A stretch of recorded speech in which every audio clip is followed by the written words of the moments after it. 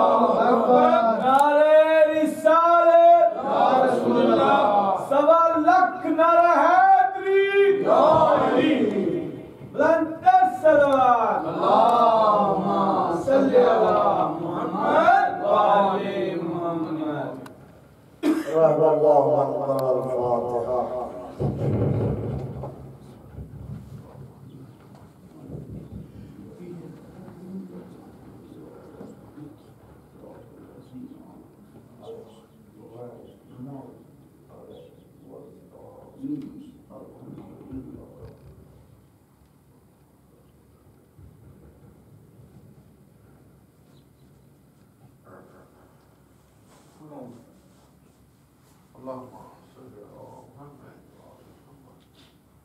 لا حول ولا قوة إلا بالله العلي العظيم۔ أعوذ بالله من الشيطان اللعين الرجيم، بسم الله الرحمن الرحيم۔ الحمد لله رب العالمين، الحمد لله الذي لا يبلغ مدحته القائلون، ولا يعصي نعمه العدون، ولا يؤدي حقه المجتهدون، الذي لا يدركه بعد الهمم، ولا يناله غوص الفتن، الذي ليس لصفته عد محدود، ولا نعت موجود، ولا وقت معدود، ولا عدل ممدود، فطر الخلائق بقدرته، ونشر الرياح برحمته، ومدد بالسحور ميدان أرضه، عظمت وجلت الصلاة والسلام والتحية والإكرام على النبي الأمي المكي المدني القرشي الأبتغي الهاشمي، مولانا مولا الثقلين جد الحسن والحسين بالقاسم،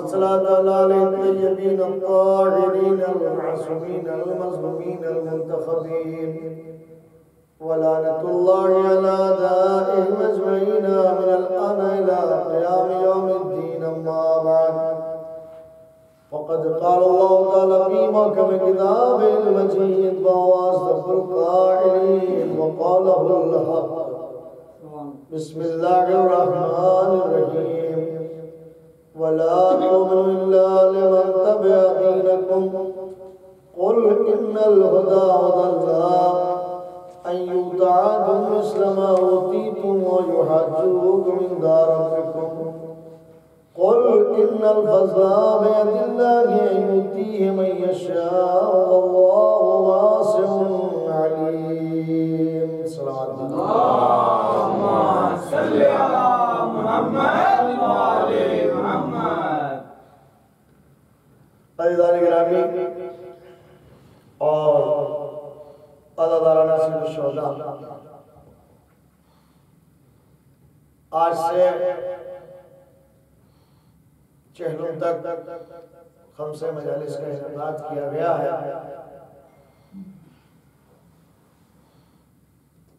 اور میں نے جو آیت کریمہ حضرات کے سامنے سرنامہ کلام قرار دی ہے، اسی آیت کی روشنی میں انشاءاللہ اس خمسے میں آپ سے گفتگو ہوگی، اور انشاءاللہ آپ محظوظ ہوں گے، اس لیے کہ کائنات میں یہ واحد قوم ہے کہ جو ذکر محمد و آل محمد کر کے سر بلند ہوتی ہے۔ اس لیے کہ ہمارے پاس وہ ذکر ہے کہ جو ذکر کسی قوم کے پاس نہیں ہے، بے شک سبحان اللہ۔ اور یہی حق کا راستہ ہے۔ پروردگار عالم نے قرآن مجید میں اس آیت میں یوں ارشاد فرمایا وَلَا تُؤْمِنُوا إِلَّا لِمَنْ تَبِعَ دِينَكُمْ، اپنے پیارے حبیب کو متوجہ کیا، آگاہ کیا کہ میرے حبیب وَلَا تُؤْمِنُوا إِلَّا لِمَنْ تَبِعَ دِينَكُمْ، خبردار کسی پر اعتماد مت کرنا، اعتبار مت کرنا، إِلَّا لِمَنْ تَبِعَ دِينَكُمْ، مگر وہ لائق اعتبار ہے جو تمہارے دین کا اتباع کرتا ہے۔ وہ لائق اعتبار ہے جو تمہارے دین کا اتباع کرتا ہے۔ قُلْ إِنَّ الْهُدَى هُدَى اللَّهِ، میرے حبیب آپ ان سے کہہ دیجئے کہ ہدایت صرف پروردگار عالم کی ہے، اللہ جس کو چاہتا ہے اس کو ہدایت کرتا ہے۔ أَيُّتَقَّهْتُمْ مِثْلَ مَا أُوتِيتُمْ أَوْ يُحَاجُّوكُمْ عِنْدَ رَبِّكُمْ، اور اے میرے حبیب کبھی یہ مت سوچنا کہ جیسی نبوت، جیسی فضیلت ہم نے تمہیں دی ہے ہم کسی اور کو بھی دے سکتے ہیں۔ اور یحاجوکم عند ربکم، یا کسی کو پیش پروردگار اللہ کی بارگاہ میں یہ حق حاصل نہیں ہے کہ وہ اللہ سے بحث کرے کہ ایسی فضیلت ہمیں کیوں نہیں دی۔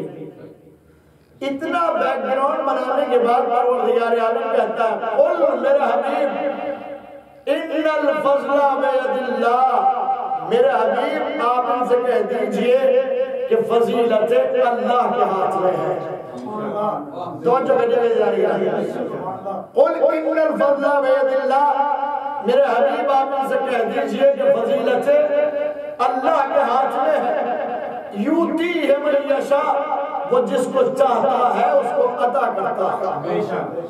فضیلت اللہ کے ہاتھ میں ہے، یوتی ہے من یشاء، وہ جس کو چاہتا ہے اس کو عطا کرتا ہے۔ کیوں اللہ نے وجہ بھی بیان کی، واللہ واسع علیم، اس لیے کہ پروردگار عالم صاحب وسعت بھی ہے اور علیم بھی ہے، وہ جانتا ہے کہ مجھے کس کو فضیلت دینی ہے، وہ جانتا ہے مجھے کس کو افضل بنانا ہے، وہ جانتا ہے مجھے کس کو فضائل سے نوازنا ہے، وہ جانتا ہے مجھے کسے فضیلت سے نوازنا ہے۔ اس لیے کہ پروردگار عالم سے زیادہ انسان کی خصلت سے کون واقف ہو سکتا ہے، انسان کی عادت سے کون واقف ہو سکتا ہے، پروردگار عالم۔ تو اللہ جس کو چاہتا ہے اس کو فضیلت عطا کرتا ہے۔ یہ کلام الہی پروردگار عالم نے اپنے کلام کی ابتدا میں ذمہ داری لی۔ عظمت دیکھئے اللہ کے کلام کی عظمت کیا، اللہ نے اپنے کلام کی عظمت کی ابتدا میں ذمہ داری لی۔ پروردگار عالم نے کہا الف لام میم ذالک الکتاب لا ریب فیہ، یہ کتاب عظیم ہے نا، یہ وہ کتاب ہے کہ جس میں ذرہ برابر بھی شک کی گنجائش نہیں۔ توجہ کریے گا میرے ساتھ دیجیے گا، یہ وہ کتاب ہے کہ جس میں ذرہ برابر بھی شک کی گنجائش نہیں ہے۔ تو پروردگار عالم نے کتاب بھیجی ہے بعد میں، توجہ کریے گا، اللہ نے کتاب بھیجی ہے بعد میں، پہلے معلم کتاب کو اس کائنات میں بھیجا۔ توجہ کریے گا، جہاں میں آپ کو لے جانا چاہتا ہوں، اللہ نے کتاب بعد میں نازل کی، پہلے معلم کتاب کو بھیجا نبی پاک کی شکل میں، بعد میں کتاب نازل ہو رہی ہے۔ تو کتاب کی عظمت یہ ہے، توجہ کریے گا، کتاب کی عظمت یہ ہے کہ کوئی مسلمان اگر اس میں شک کرنا بھی چاہے تو وہ شک نہیں کر سکتا۔ توجہ کریے گا، اگر کوئی اس میں شک کرنا چاہے تو وہ شک نہیں کر سکتا، اس لیے کہ گنجائش ہی نہیں ہے۔ اور اگر شک کر لیا کسی مسلمان نے اللہ کے کلام میں تو وہ مسلمان نہیں رہتا بلکہ کافر ہو جاتا ہے۔ تو عظمت قرآن تو یہ ہے کہ کہ قرآن میں کوئی شک نہیں کر سکتا، اگر شک کرے تو وہ کافر ہوگا۔ تو پھر پروردگار عالم کے دو شاہکار ہیں، ایک کتاب دوسرا معلم کتاب، ایک کتاب دوسرا معلم کتاب۔ کتاب میں شک کرنے والا کافر ہے تو معلم کتاب کی ذات میں شک کرنے والا بھی کافر ہے۔ ایک سلوات ہے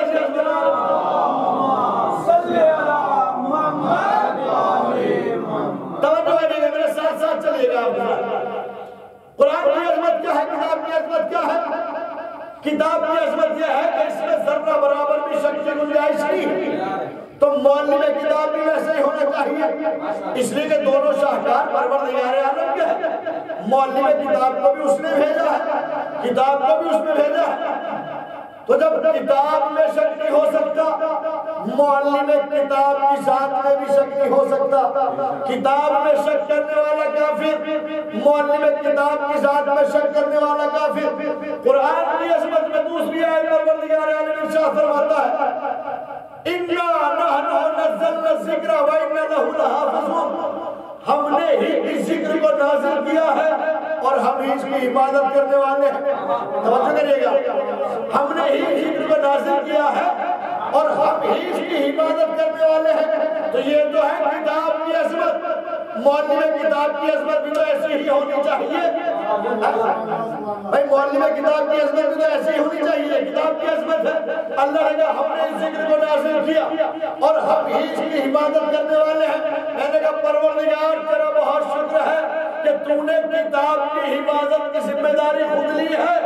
اگر کہیں مسلمانوں کے ہاتھ میں کتاب کی حفاظت کی ذمہ داری دے دیا ہوتا تو پھر جو مسلمان خود اپنی حفاظت نہیں کر سکتا وہ کتاب خدا کی کیسے حفاظت کر سکتا؟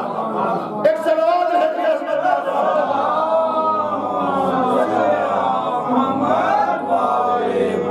جو خود اپنی حفاظت نہ کر سکتا ہو وہ اللہ کا کلام کی حفاظت کیسے کرے گا؟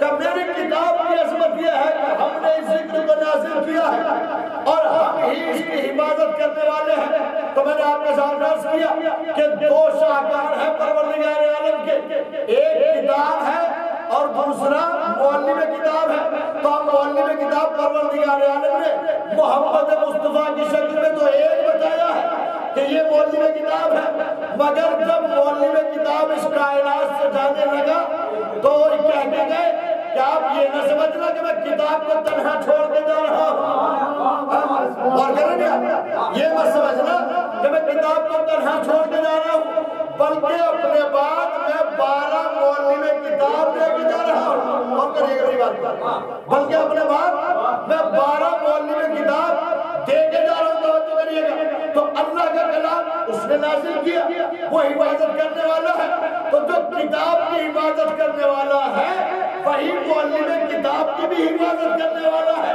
اس لیے اس نے پاروں کو پردہ غیب میں بلا کے بتا دیا، دیکھو ہم کتاب کی حفاظت کرنا جانتے ہیں تو ویسے ہی معلم کتاب کی حفاظت کرنا بھی جانتے ہیں۔ ایک سلوات ہے جی محمد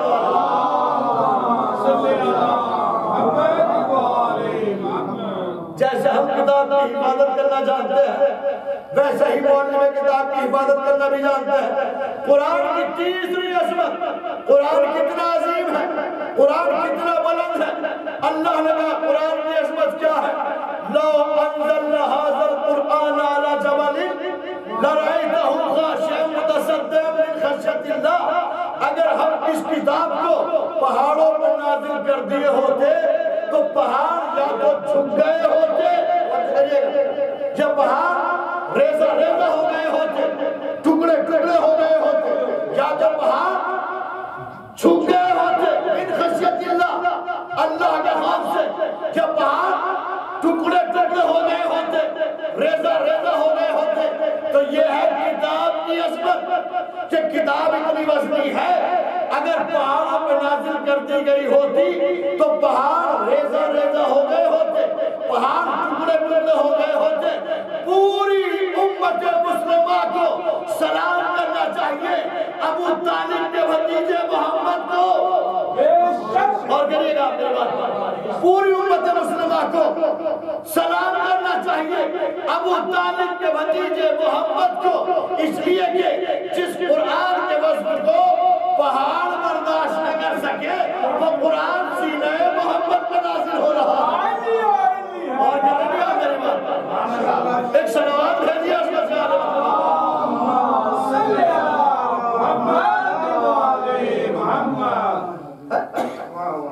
جس قرآن کے وزن کو پہاڑ برداشت نہ کر سکتے ہو وہ قرآن سینہ محمد مصطفیٰ پہ نازل ہو رہا ہے۔ اب تو جانو کہ نبی کی طاقت کیا ہوتی ہے، نبی کی قوت کیا ہوتی ہے، نبی کی عظمت کیا ہوتی ہے۔ پہاڑ قرآن کے وزن کو برداشت نہیں کر سکتے، مگر قرآن نازل ہوا محمد مصطفیٰ کے سینے پر، اتنی عظیم کتاب۔ تو کتاب کی عظمت یہ، اس میں شک نہیں ہو سکتا، کتاب کی عظمت یہ کہ اللہ نے اس کو نازل کیا، وہ اس کی حفاظت کرنا جانتا ہے، اس نے اس کی حفاظت کی ذمہ داری لی۔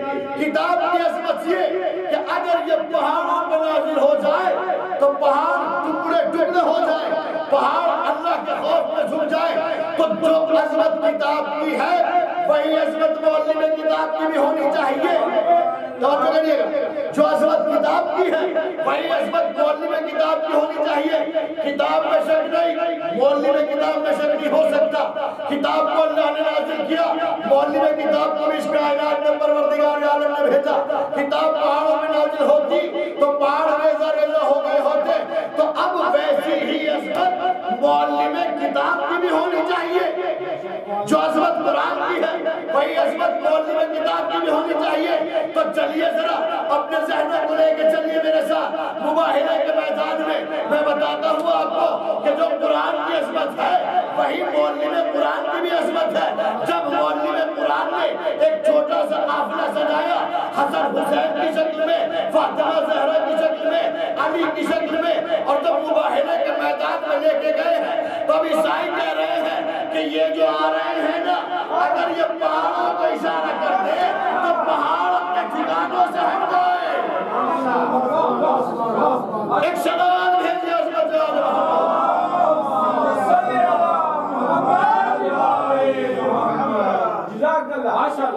یہ جو آ رہے ہیں، اگر یہ اشارہ کرتے تو پہاڑ اپنے جگہ سے ہٹ جائے، پہاڑ جگہ چھوڑ دے۔ اس کا مطلب یہ ہے کہ جو عظمت کتاب کی ہے وہی عظمت معلم کتاب کی ہے۔ مباہلہ میں بڑی وسعت ہے۔ مباہلہ کیوں ہوا، کس بنیاد پر ہوا، توجہ کریے گا، کس بنیاد پر مباہلہ ہوا۔ آپ نے بہت سی مجلسیں سنی ہے مباہلہ، ہر زاویے سے سنی ہے، ہو سکتا ہے نہ چیز کوئی نئی چیز آپ کو آپ کے سامنے بیان کر۔ مباہلہ کس بنیاد پہ ہوا، کس بنیاد پہ؟ عیسائی نصارہ نجران رسول اسلام سے بحث کرتے ہیں اس بات پر کہ عیسیٰ اللہ کے بیٹے ہیں۔ توجہ کریے گا، نصارہ نجران بحث کر رہے ہیں رسول اسلام سے کہ عیسیٰ اللہ کے بیٹے ہیں۔ رسول نے فرمایا کہ نہیں بھائی عیسیٰ اللہ کے بیٹے نہیں ہیں، عیسیٰ اللہ کے بیٹے نہیں ہیں۔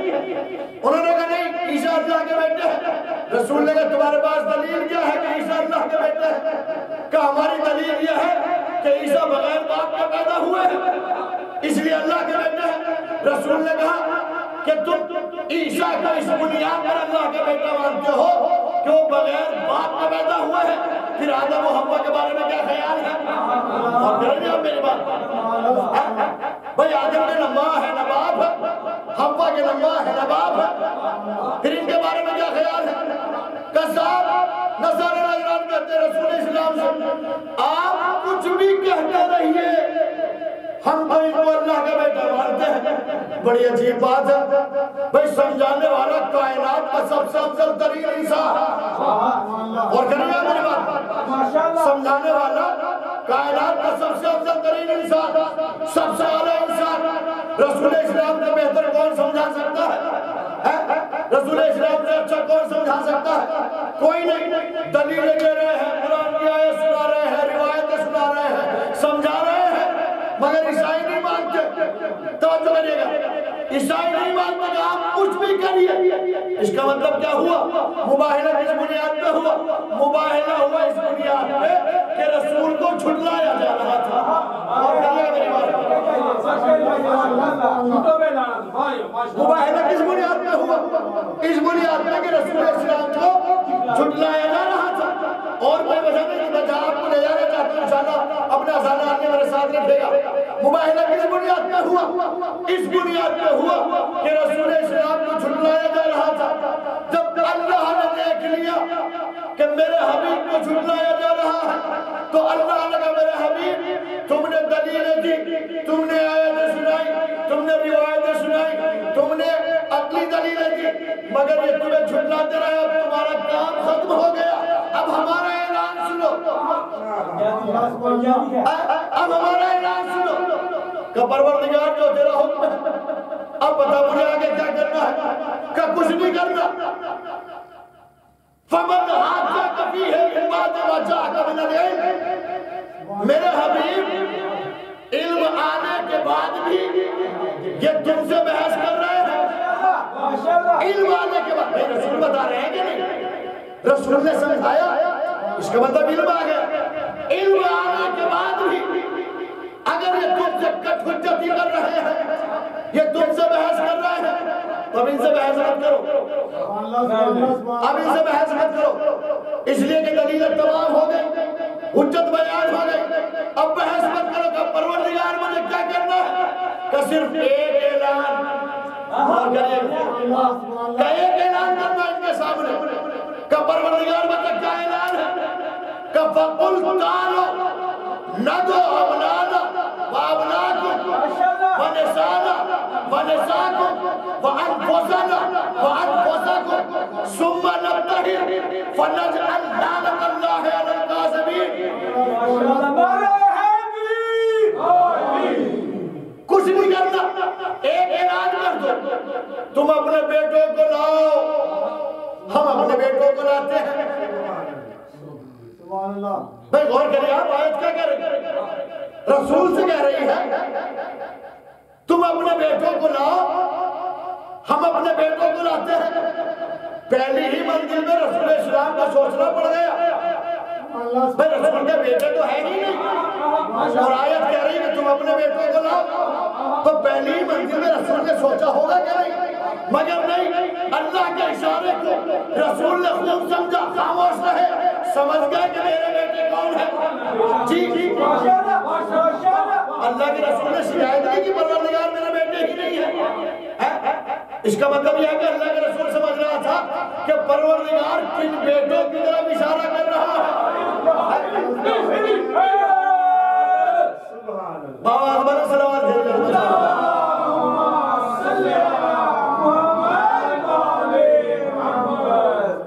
رسول مطمئن, ابنانا وابناکم, تم اپنے بیٹوں کو لیا, ہم اپنے بیٹوں کو لاتے ہیں.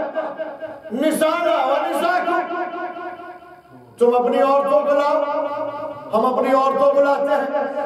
اب اس منزل پہ جب آیت نے رسول سے یہ کہا تم اپنی عورتوں کو لاؤ, ہم اپنی عورتوں کو لاتے ہیں, تو ماشاءاللہ عورتیں تو رسول اسلام کے پاس کافی ہیں. اور کہہ رہے ہیں میری بات, بھئی عورتیں تو کافی ہیں, رسول مطمئن ہے, مگر نہیں, یہ رسول کی عورتیں نہیں ہیں جن کو قرآن کہہ رہا, اس لیے کہ قرآن جھوٹوں پہ لعنت کروانا چاہتا ہے. قرآن جھوٹوں پہ لعنت کروانا مانگ رہا ہے. بھئی رسول کو جھٹلایا جا رہا تھا, اس لیے تو آیت نازل ہوئی ہے کہ نہیں.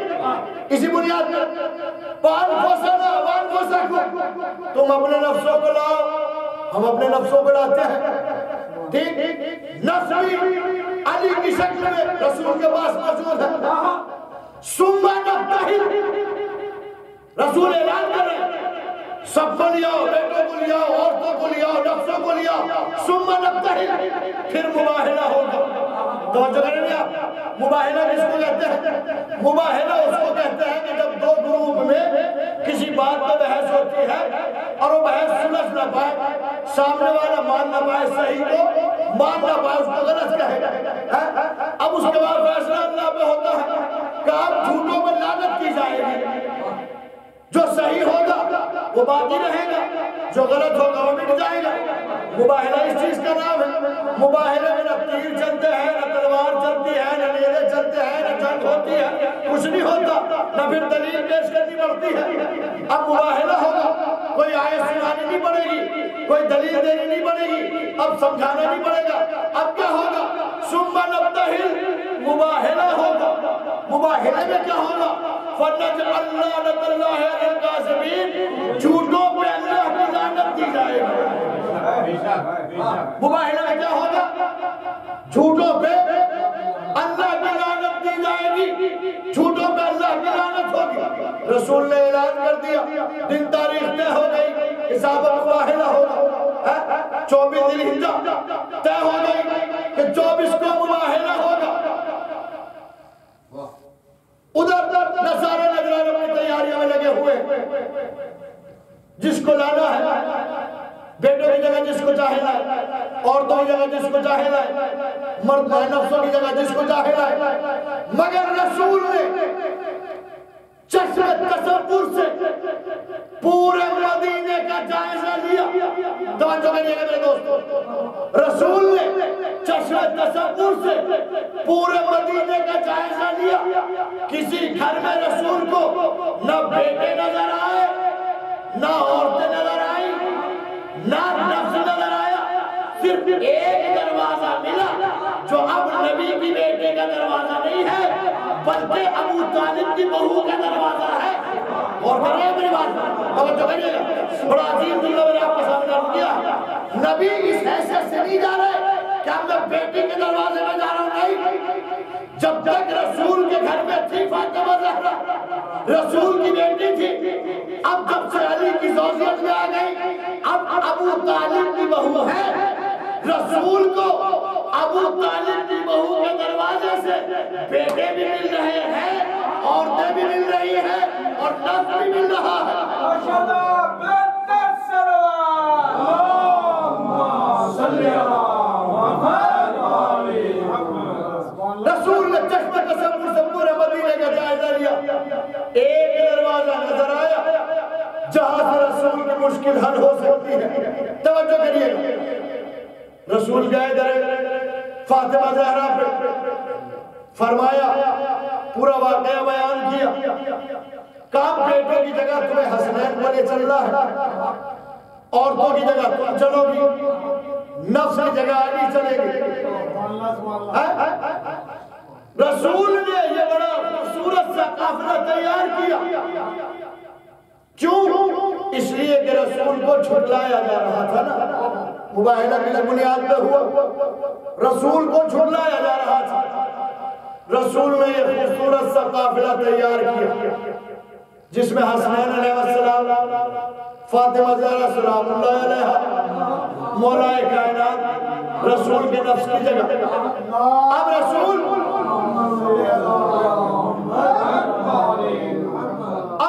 اس قافلے کو لے جانا چاہتے ہیں کدھر؟ نصارہ نجران کے مقابلے میں۔ اس سے پہلے فاطمہ زہرا کسی میدان میں نہیں گئی ہے، جی کسی میدان میں نہیں گئی، ٹھیک؟ رسول نے قافلے کو کیسے سجایا، کیسے ترتیب دیا؟ آگے آگے رسول داہنے ہاتھ کی انگلی پکڑے ہوئے بڑے شہزادے امام حسن، چھوٹے شہزادے کو رسول نے اپنی آغوش کو اٹھا لیا، اپنی گود میں لیے ہوئے، فاطمہ زہرا رسول کے پیچھے، فاطمہ زہرا کے پیچھے مولا کائنات۔ یا رسول اللہ، یہ ماجرا کیا ہے؟ آپ قافلے کو ایسے ترتیب کیوں دے رہے ہیں کہ نادان تجھے معلوم نہیں ہے آج میری بیٹی پہلی مرتبہ میدان کی طرف جا رہی ہے۔ فاطمہ زہرا درمیان میں، فاطمہ زہرا درمیان میں، عظمت سب تو بی بی فاطمہ زہرا کی عظمت کیا ہے؟ بی بی فاطمہ زہرا کی عظمت یہ ہے جب گھر سے قدم نکالے تو آگے رسالت ہوتی ہے، پیچھے امامت ہوتی ہے۔ ایک صلوات ہے جی عظمت سے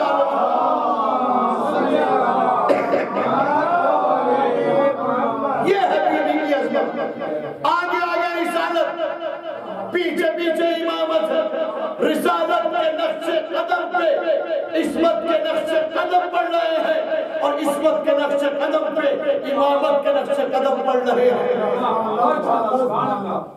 رسول لے جا رہے ہیں مباہلے کی طرف۔ ادھر عیسائیوں نے یہ طے کر لیا کہ دیکھو اگر رسول اپنے اصحاب کو لے کے آئے، دوستوں کو لے کے آئے، تو مباہلے سے بھاگنا مت۔ عجیب جملہ ہے، خدا کے سکے تاریخ کا جملہ ہے، بارہ آپ نے سنا ہوگا یہ جملہ، تاریخ کا جملہ ہے۔ نصارہ نجران نے کیا کہا؟ اگر رسول اپنے احباب کو لے کے آئے، اپنے اصحاب کو لے کے آئے، تو پھر بھاگنا مت، مباہلہ کرنا، اور اگر گھر والوں کو لے آئے تو مباہلہ مت کرنا۔ اس کا مطلب یہ ہے کہ نصارہ نجران بھی جانتے تھے کہ گھر والے کیسے ہیں اور احباب اور اصحاب کیسے ہیں۔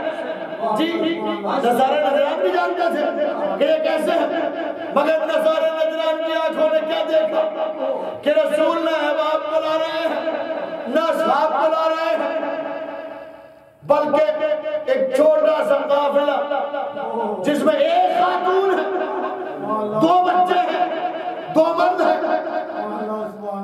توجہ کریے گا، جیسے ہی مباہلے کے میدان کے قریب یہ قافلہ پہنچا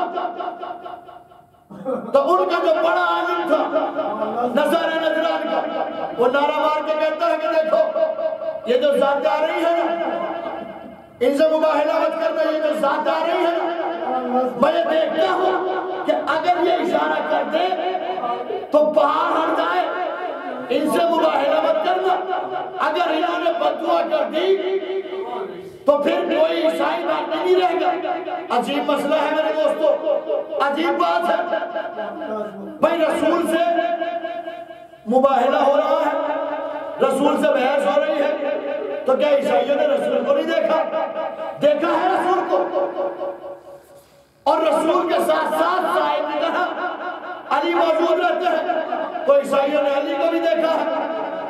اور ہم نے رسول کی سیرت یہ دیکھی کہ رسول کی آغوش میں ہم وقت حسنین رہتے ہیں، تو حسنین کو بھی عیسائیوں نے دیکھا ہے۔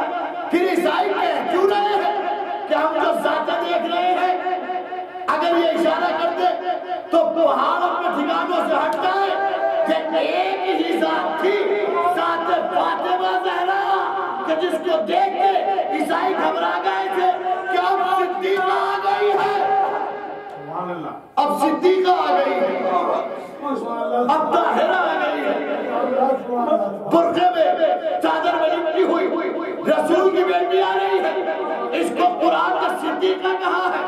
اب مباہلہ مت کرنا، اگر صدیقہ نے ہاتھ اٹھا دیے تو کوئی عیسائی باقی نہیں رہے گا۔ توجہ کریے گا، مباہلے میں نہ کوئی آیت پیش ہوئی، نہ کوئی دلیل دی گئی، نہ کوئی روایت پیش ہوئی، نہ رسول نے کسی کو سمجھایا۔ مباہلہ کیسے سر ہوا؟ صرف ذوات مقدسہ کو دیکھ کر۔ اب تو امت مسلمہ کو توجہ کرنا ہی چاہیے، اب تو امت مسلمہ کو غور کرنا چاہیے کہ جب رسول کو جھٹلایا جا رہا تھا تو رسول بندے تیرے پاک کو لے کے گئے ہیں، کائے کے لیے؟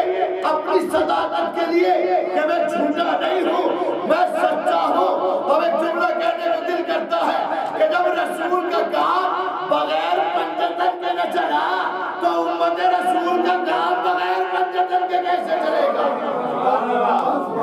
ایک سلام ہے جی عظمت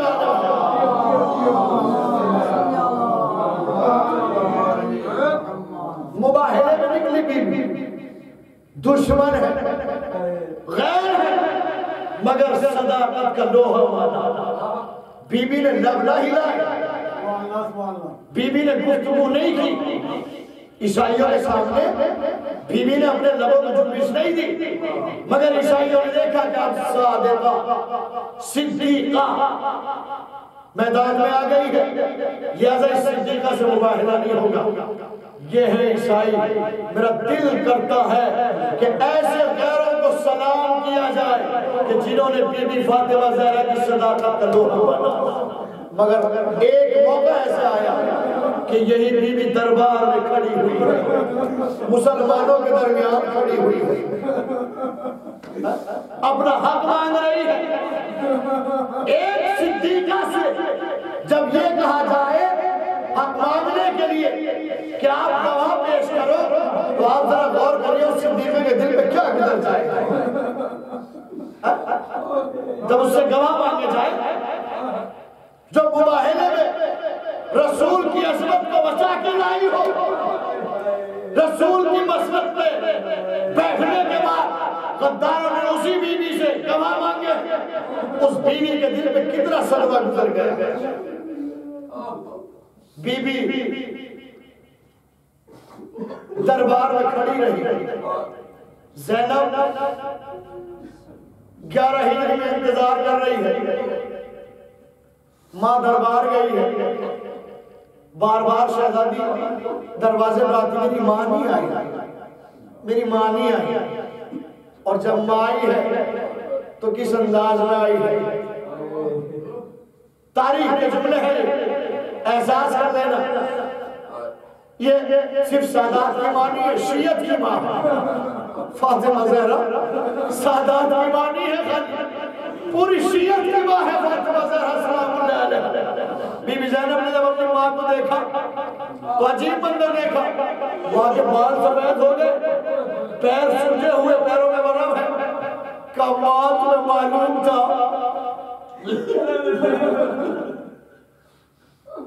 تم اتنی دیر دربار میں کھڑی رہی اماں تمہارے پیروں میں ورم آ گیا جیسے بی بی فاطمہ زہرا نے دربار کا نام زینب کی زبان پر سنا نا ایک مرتبہ بی بی فاطمہ زہرا تاپ کے کہتی میری لاڈلی سب دربار کا حال معلوم کرے مگر تو دربار کا حال معلوم مت کرنا اے میری بیٹی ارے میں 7 گھنٹے دربار میں کھڑی رہ کے آئی ہوں مگر تجھے دین میں ہے جزاکم ربکم خیر الجزا ہاں میرے عزیزو یہ وہی ایام ہے کہ جب بی بی زینب کو اپنے ماں کے جملے یاد آتے ہیں مادر گرامی اس لیے کہ بی بی دربار میں کھڑی رہی نا بی بی بازار شام میں کھڑی رہی نا کیسے کھڑی ہوئی ہے بی بی کیسے دربار شام میں گئی ہے یزید کا دربار میں بنگلہ و چادر سرپریدہ نہیں ہے جب حکم ہوا نا کہ یزید کے دربار میں چلے شہزادی زینب نے تمام بیویوں کو بلایا میرے بیویوں میرے قریب آ جاؤ ساری بیویاں زینب کے قریب آئی زینب نے کہا بیویوں یہاں میں برہنہ سر کھلے سر میں دربار میں لے جانا چاہتے بیویوں ارے میں بددعا کے لیے ہاتھ اٹھاتی ہوں تم آمین کہنا اس لیے کہ ہم ناموس رسول ہیں ہم سر کھلے ظالم کے دربار میں کیسے جائیں گے ابھی زینب نے یہ جملے کہے تھے دعا بددعا نہیں کی تھی ایک مرتبہ زینب کی نظر سر حسین میں پڑ گئی نوکہ نیزہ پہ سر حسین حسین کی آنکھوں سے آنسو جاری اے بہن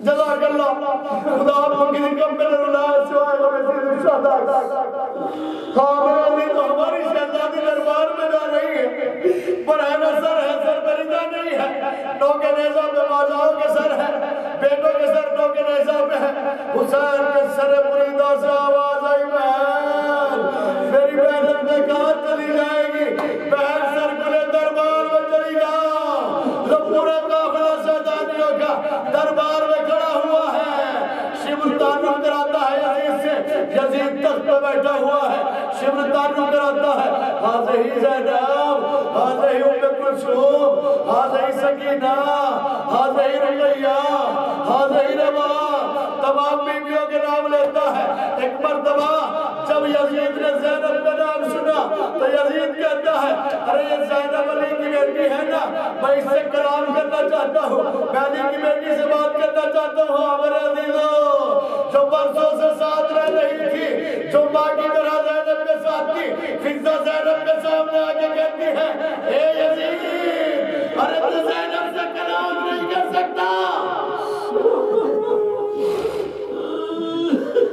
دربار یزید بھرا ہوا کرسی نشین بیٹھے ہوئے ہیں ساتھ میں کرسی نشین فضہ کے یہاں کے رہنے والے حبش کے رہنے والے دربار یزید میں کرسیوں میں بیٹھے ہوئے فضہ سامنے زینب کے آگے کھڑی ہوئی جیسے یزید نے دیکھا کہ فضہ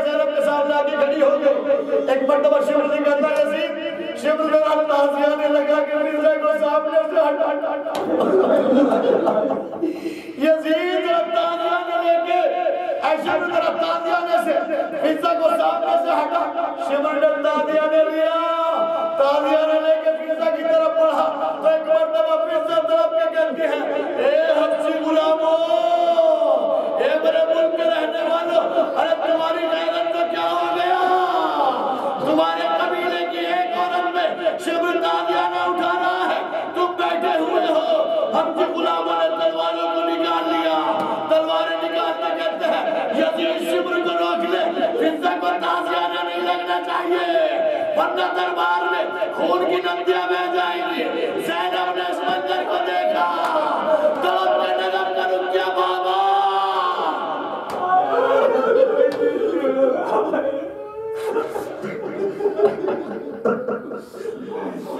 اے میرے بابا جی ارے مرزا کا چاہنے والے کتنے موجود ہیں مگر تمہاری بیٹی کا کوئی ہمدرد نہیں ہے میرے عزیزو تعارف ہوتا رہا تعارف ہوتے ہوتے جب یزید نے سنا نا کہ یہ حسین کی بیٹی سکینہ ہے تو ایک مرتبہ سکینہ کی حالت کو دیکھا جس کا گلا رسل میں بندھا ہوا ہے یزید نے دیکھا سکینہ کبھی پیر اٹھاتی ہے کبھی زمین پر رکھ دیتی ہے ایک مرتبہ یزید سکینہ سے پوچھتا ہے اے دختر حسین تم اپنے پیروں کو کیوں اٹھاتی ہو کیا تمہیں کوئی تکلیف ہے کہا یزید تو دیکھتا نہیں ہے میری پھوپھیوں کے قد مجھ سے بلند ہے جب میری پھوپھیاں اٹھتی ہے نا تو میرا گلا گھٹنے لگتا ہے جس کی تکلیف سے میں اپنے پیروں کو اٹھاتی ہوں یزید نے حکم دیا سکینہ کی رسل کھول دی جا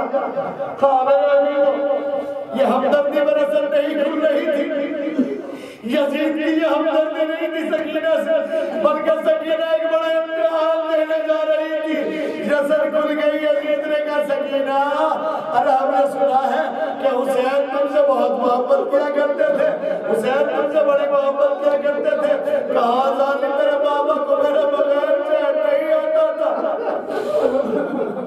اے ظالم میرے بابا کو میرے بغیر سکون نہیں ملتا تھا یزید تخت نیچے دشت قلعہ رکھا ہوا اس میں سر حسین ہے ایک مرتبہ یزید نے جب دیکھا نا کہ سکینہ کو حسین کا سکینہ کے بغیر سکون نہیں ملتا تو ایک مرتبہ سکینہ سے کہتا ہے اے سکینہ میں ثبوت چاہتا ہوں تم دونوں باپ بیٹی کی محبت کا کہ اگر تو ثبوت کیا چاہتا ہے کہ ثبوت یہ چاہتا ہوں دشت قلعہ تخت نیچے سے نکلوایا اس میں سے کپڑا ہٹایا سر حسین دشت قلعہ میں رکھا ہوا کہ سکینہ یہ تیرے باپ کا سر ہے میں آزمانا چاہتا ہوں تیری محبت کو اگر حسین کو تجھ سے محبت کی نا تو میں دیکھنا چاہتا ہوں کہ سب دشت قلعہ سے اٹھ کے تیری آغوش میں آ جائے بس قیامت ہو گئی کہ قیامت ہو گئی دربار یزید میں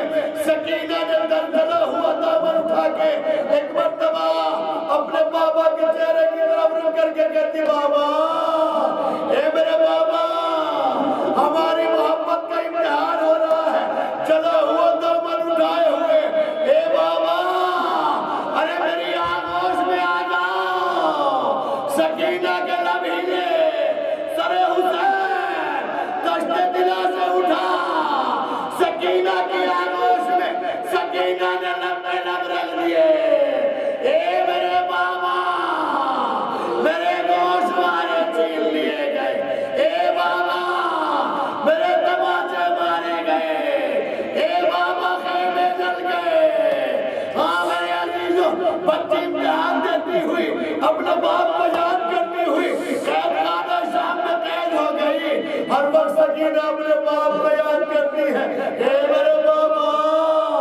ہائے میرے بابا حسین ایک شب میں جب سکینہ نے اپنے بابا کو زیادہ یاد کیا صاحب اولاد ہونا چھوٹی چھوٹی بچیاں بھی آپ کے ہیں خدا آپ کی بچیوں کو سلامت رکھے بچیاں اپنے باپ سے کتنی محبت کرتی ہیں جب بچیوں میں کوئی مصیبت آتی ہے نا تو اپنے باپ کو یاد کرتی ہیں ہائے میرا بابا حسین کی بچی سکینہ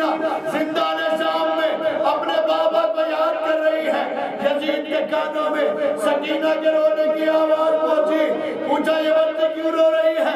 کہ یہ اپنے بابا کو یاد کر رہی ہے. کہ لو اس کے بابا کا سر لے جاؤ, اس کو سر دے دو تاکہ اسے سکون ہو جائے. اللہ اکبر. ارے تسلی دینے کا کیسا طریقہ ہے؟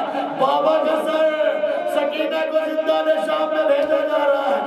میرے عزیزو, سر حسین زندان شام میں کیا آیا؟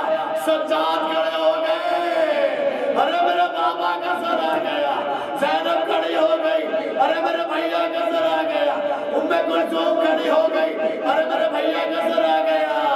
سر حسین سکینہ کی آغوش میں لے سکینہ بابا آ گئے. سکینہ نے رخسار پر رخسار رکھ دیا. اے میرے بابا, تمہارے بعد بڑی عزت جھیلی ہے. سکینہ بیٹھ کرتی ہوئی, گریہ کرتی ہوئی, ایک مرتبہ آواز خاموش ہو گئی. زینب گھبرا کے اٹھی. اے سید سجاد. ارے سکینہ کے رونے کی آواز نہیں آ رہی. سید سجاد نے شانہ ہلایا. سکینہ کی روح قبض اتری سے پروار کر گئی. اے ممی ابا, حسین کا رونے والی سکینہ اب اس دنیا میں نہ رہی. حسین کی ادادار سکینہ اپنے بابا کے پاس چلی گئی. اے ممی ابا, بہن دانے جدائی دے گئی. ماتم حسین, ماتم حسین.